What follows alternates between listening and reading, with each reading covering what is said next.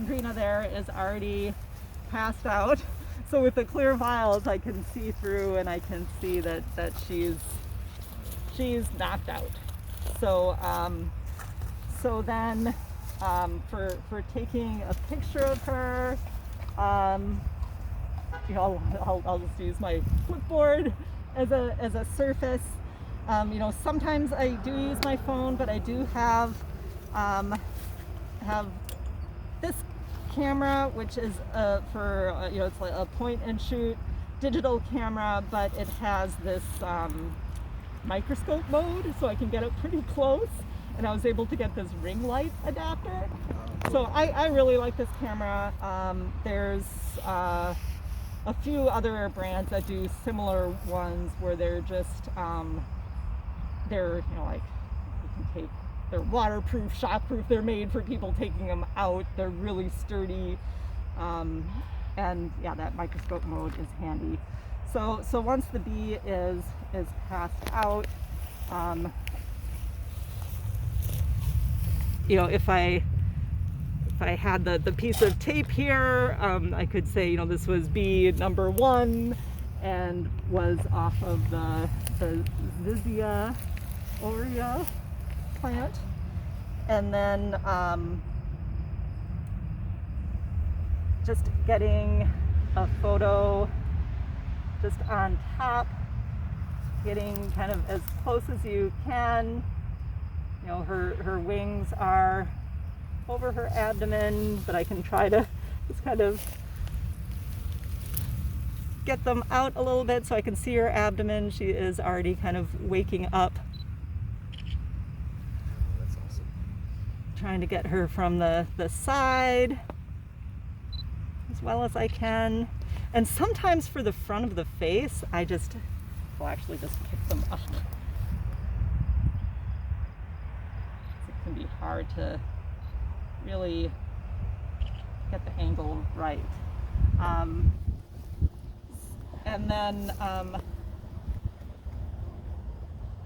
you know, I like keeping track of the photos by taking that photo with the ID kind of stuff first, so that series of the next 3 photos I know are connected to that bee.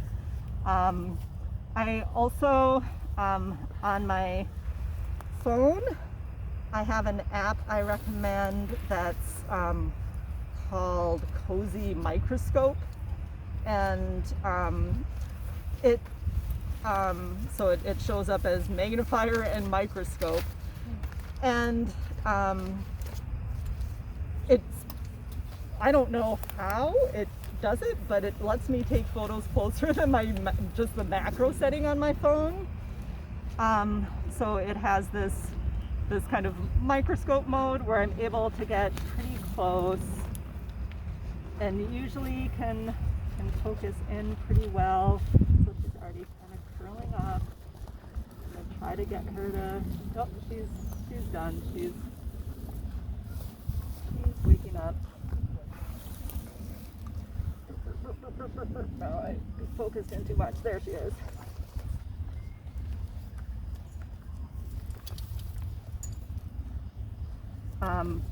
So same kind of deal, getting the 3 photos, and then it does sometimes take them a couple minutes to warm back up if they're kind of, you know, sitting, hanging out on your clipboard and you need your clipboard back. You can just you know, kind of convince them. You can usually, you just want to make sure you're putting them someplace where you're not going to step on them. And wherever she flew off. Yeah. Did she fly away? Yeah. And then they go back on their merry way. You do also, as you're going along, keep track of what you're doing. So it says photo numbers here. If you want to, you know, another way to keep track of your photos is looking at what your file is, you know, called as you're taking the pictures, and just getting those file numbers written here. Bumblebee species, it can help to get your kind of you know, best guess for bumblebee species, or if you just want to, you know, call it number 1 and you're connecting with those photos, that works. So you can get, your observations all on here as you go along. When you get back home, as you're entering things onto Bumblebee Watch, there's a little checkbox here so you can make sure that all of the bees that you saw are lining up with what you're entering in to Bumblebee Watch. And then at the end of things, there is the habitat assessment form. So there's a lot of check boxes that are pretty easy to fill out that just talk about the general habitat type. And so this is, looking at your hectare that you've been in, what kind of habitat type do you see in that area? So where we are here, we've got some grasslands, we've got some developed areas, right nearby.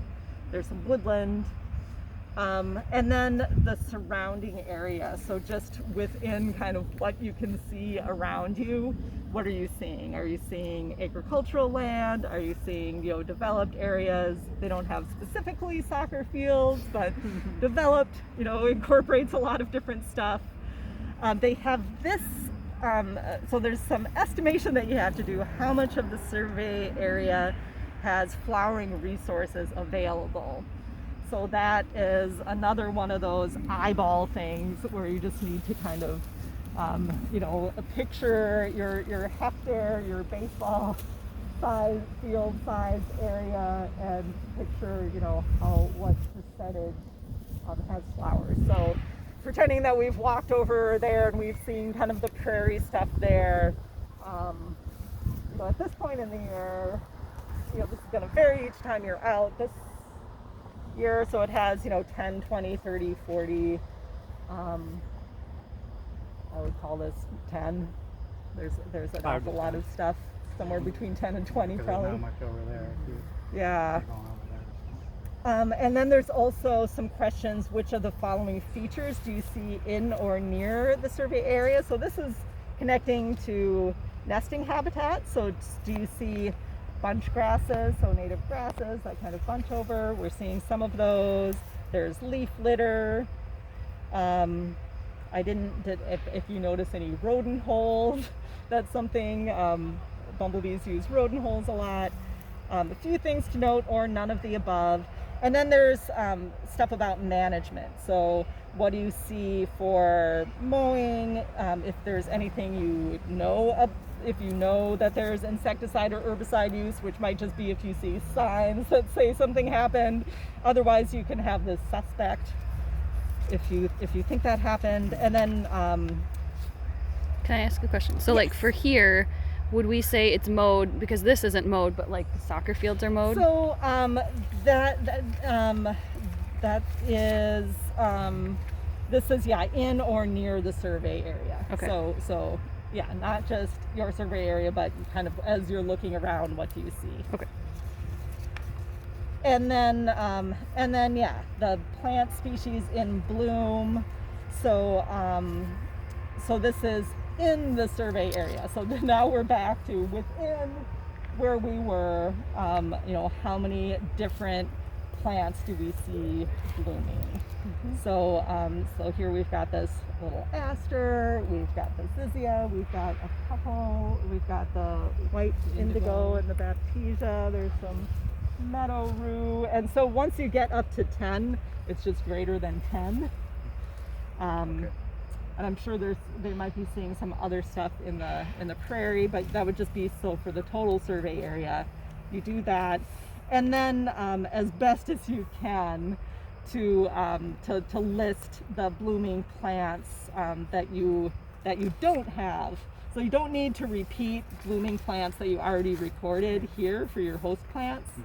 But just, if we didn't see any on this aster, which I can't remember which aster this is, you would include that one. Which one is this? That is Golden Alexander, Zizia aurea. This is an original. I don't know what exactly it is. Yeah. That's You very can correlate with photo numbers, so if you want to take Right, photos so of that them- would be a good one to take a photo of and figure out what it is, and then, yeah. And so it does have a thing here for photo numbers. Origeron or for the Fleabane. plants. Fleabane. Yeah. And then importantly also this last thing on here is the volunteer data. So for us to just keep track of, when you started and ended, including your planning and driving time. So this is not just your survey time, but this is, you got up and you drove an hour out to your site. We want to know how many hours you're helping us, and how many miles you drove. So as best as you can keep track of those stuff, it helps us to appreciate your contributions. And we shouldn't. I think we're good for the